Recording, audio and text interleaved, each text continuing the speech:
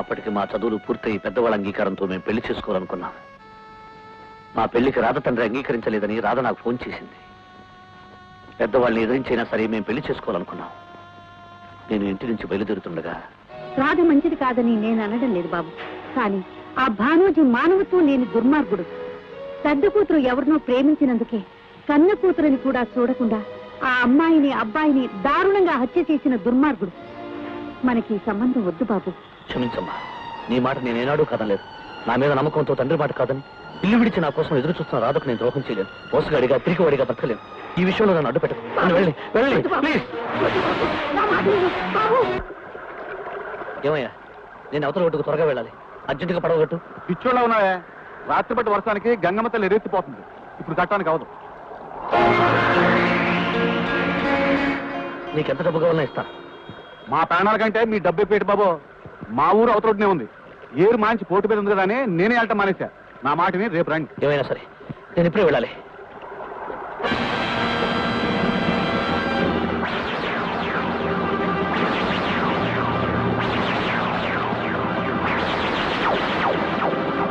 గుండెలో పెట్టి చచ్చిపోతున్నాడే.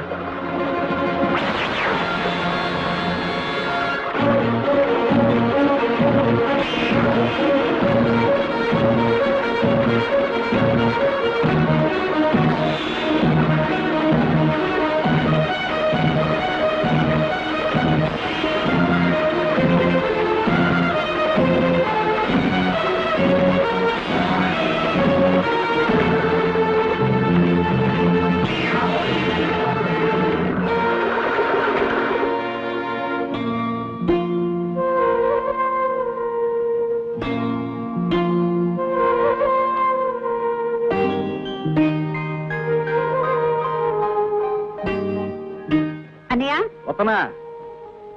ఏంటి బాబు గారు ఇప్పుడు ఎట్టా ఉంది? నేను గుర్తున్నానా? ఈ కాపీ తీసుకోండి. Thank you very much. మీ మేలు జన్మలో మర్చిపోలేను. దానిదే ఉందిలే బాబు గారు. అది సరేగానే ఏటంత కొంపలు మురిపోయే పని వచ్చిందని బాబు వెనక ముందు చూడకుండా ఏటో గెంతేశారు. అదంతా ఓ పెద్ద కథ. అవును, నన్ను ఇక్కడ తీసుకొచ్చి ఎంతసేపింది? నిన్ను తీసుకొచ్చాడు. మై గాడ్, నిన్న అయితే వెంటనే వెళ్ళాలి. బాబు గారు ఇంకా నీరసం తగ్గలేదు. ఇప్పుడు ఎలా వెళ్తారు? ఇప్పటికే చాలా ఆలస్యమైంది. వెళ్ళి తీరాలి. బాబు. రాధా, రాధా.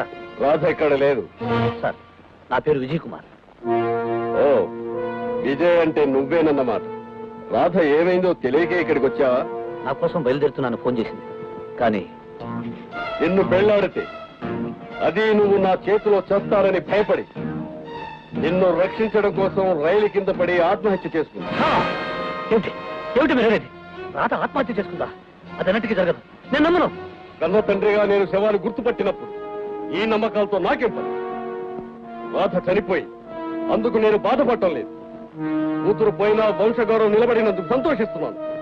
కానీ ఈ దురంతానికి కారణమైన నువ్వు కూడా చచ్చి ఉంటే నేను మరింత సంతోషించేవాడు. Sir, Get out!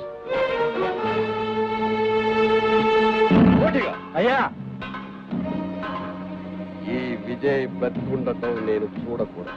అర్థమైందా? అలాగనే శవం దగ్గర దొరికిన వస్తువులను బట్టి ఆ అమ్మాయి తండ్రి చనిపోయింది తన కూతురు అని నిర్ధారణ చేసినప్పుడు ఇంకా ఎటువంటి సందేహాలకు ఆస్కారం లేదండి.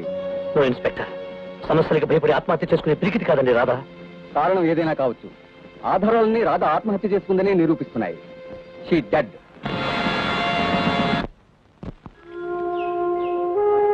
జరిగిన దాని గురించి బాధపడి ప్రయోజనం లేదు బాబు గారు. కాస్తంత గుండె నిపుణం చేసుకోవాలి. రండి పోదాం. రండి.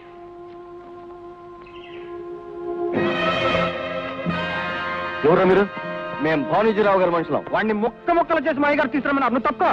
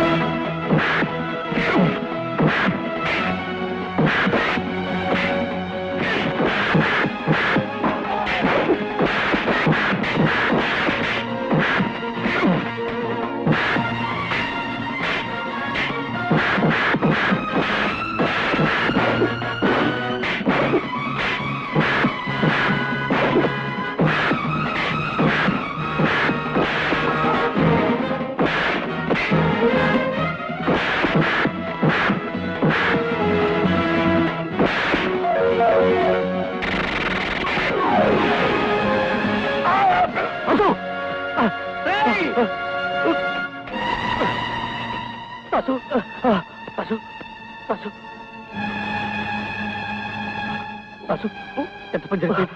హాస్పిటల్ వెళ్దాం. బాబు వద్దు బాబు, వద్దు బాబు.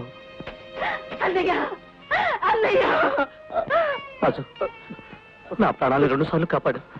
నీ రుణం ఈ జన్మలో తెచ్చుకోలేను. మేము తల్లి తండ్రి లేని వాళ్ళు. నా చెల్లి ఆయన నేను కూడా దిక్కులేని రాజేసి వెళ్ళిపోతున్నాను బాబు.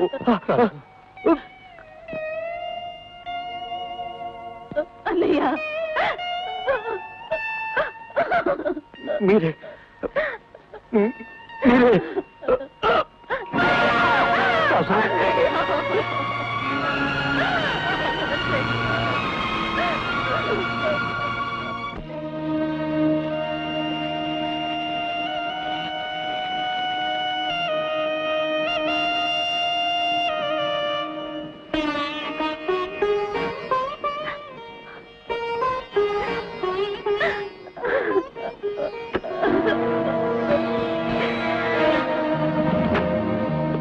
మీరా ఎందుకు వచ్చారు ఇక్కడికి?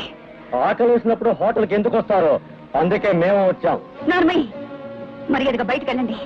ఆ విజయ్ గాడితో సరసమాడగాలేంది, మాతో ఆడితే తప్ప.